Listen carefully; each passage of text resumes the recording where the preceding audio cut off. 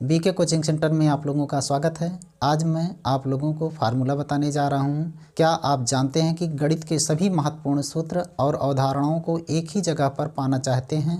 तो आप बिल्कुल सही जगह पर हैं।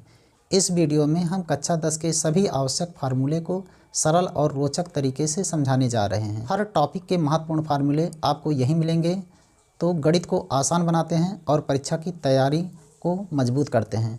तो आइए देखते हैं एक एक फार्मूला और उसका कॉन्सेप्ट संख्या है। परमेय संख्या को हम P बटा Q के रूप में लिखा जा सकता है, जिसमें Q का मान 0 नहीं होना चाहिए। वही संख्या परमेय संख्या होगी। जैसे 2/3, 3/5 ये सब क्या हैं? परमेय संख्याएं हैं। इसको P बटा Q के रूप में लिखा गया है और इसमें Q का मान 0 नहीं है। दूसरा, अपरमेय संख्याएं।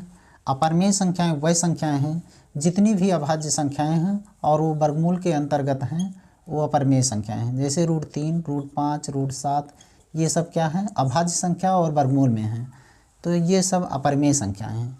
शांत संख्याएं।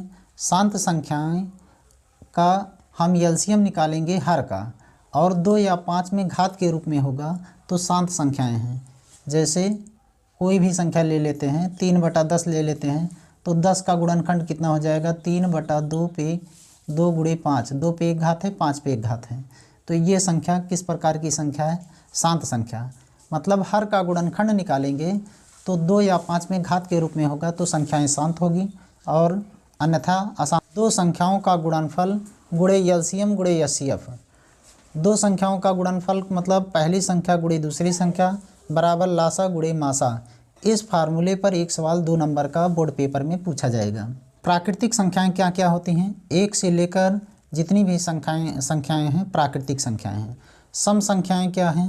2, 4, 6, 8, 10 जो 2 से भाग देने पर कट जाएं वो सम संख्याएं हैं। विषम संख्याएं क्या हैं? जो संख्याएं कटे ना, किसी भी संख्या से कटे ना। 1, 3, 5, 7, 11, 13, 17 ये सब विषम संख्याएं हैं। पूर्णांक संख्याएं क्या हैं? पूर्णांक संख्याएं में प्लस वाली संख्या और माइनस वाली संख्या दोनों इसमें जुड़ी रहती हैं। जैसे -3, -2, -1, 0, 1, 2, 3 इसमें प्लस और माइनस दोनों संख्याएं जुड़ी हैं, तो ये किस प्रकार की संख्या है? पूर्णांक संख्याएं हैं। पूर्ण संख्या क्या होता है?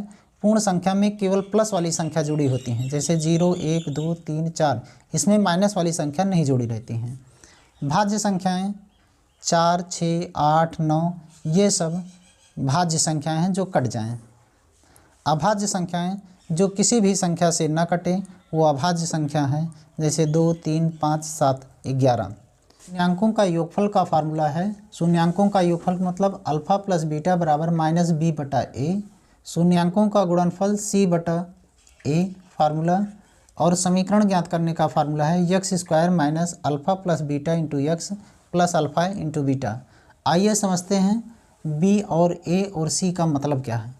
जैसे ये समीकरण दिया गया है तो x² के पहले वाली संख्या a, तो a का मतलब कितना है? 1 है। a का मतलब 1 हो गया। b का मतलब है 5, x के पहले वाली संख्या 5, और c का मतलब है 6। अब इसमें जैसे हम शून्यांकों का योगफल ज्ञात करना है तो अल्फ़ा प्लस बीटा बराबर -b। b का मान कितना है? 6 माइनस 5/a। a का मान कितना है? 1। तो अल्फ़ा प्लस बीटा बराबर कितना आ गया? -5। शून्यांकों का योगफल -5 आ गया। शून्यांकों का गुणनफल ऐसे ज्ञात करेंगे, अल्फ़ा इंटू बीटा बराबर c/a। अल्फ़ा इंटू बीटा बराबर c। c का मान कितना है? 6 है, और a का मान कितना है? 1 है। तो अल्फ़ा इंटू बीटा का मान कितना हो गया? 6। इसी प्रकार से हम समीकरण में भी मान रख सकते हैं इसका। x² - अल्फ़ा प्लस बीटा बराबर कितना आया है? -5 आया है, तो यहाँ पर -5 लिखेंगे, फिर x लिखेंगे।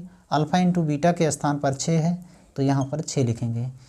तो समीकरण बन गया माइनस माइनस प्लस हो गया, x² + 5x + 6। इस प्रकार से हम देखते हैं कि समीकरण अल्फ़ा प्लस बीटा का मान मालूम है तो समीकरण मालूम हो गया, और समीकरण मालूम है तो alpha plus beta alpha into beta का मान हो गया।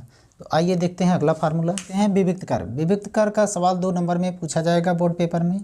विविक्त कर d बराबर b² - 4ac। एक फार्मूला ये है, इस फार्मूले पर सवाल आता है। और एक श्रीधराचार्य का फार्मूला है, minus B plus minus B square minus 4ac बटा 2a।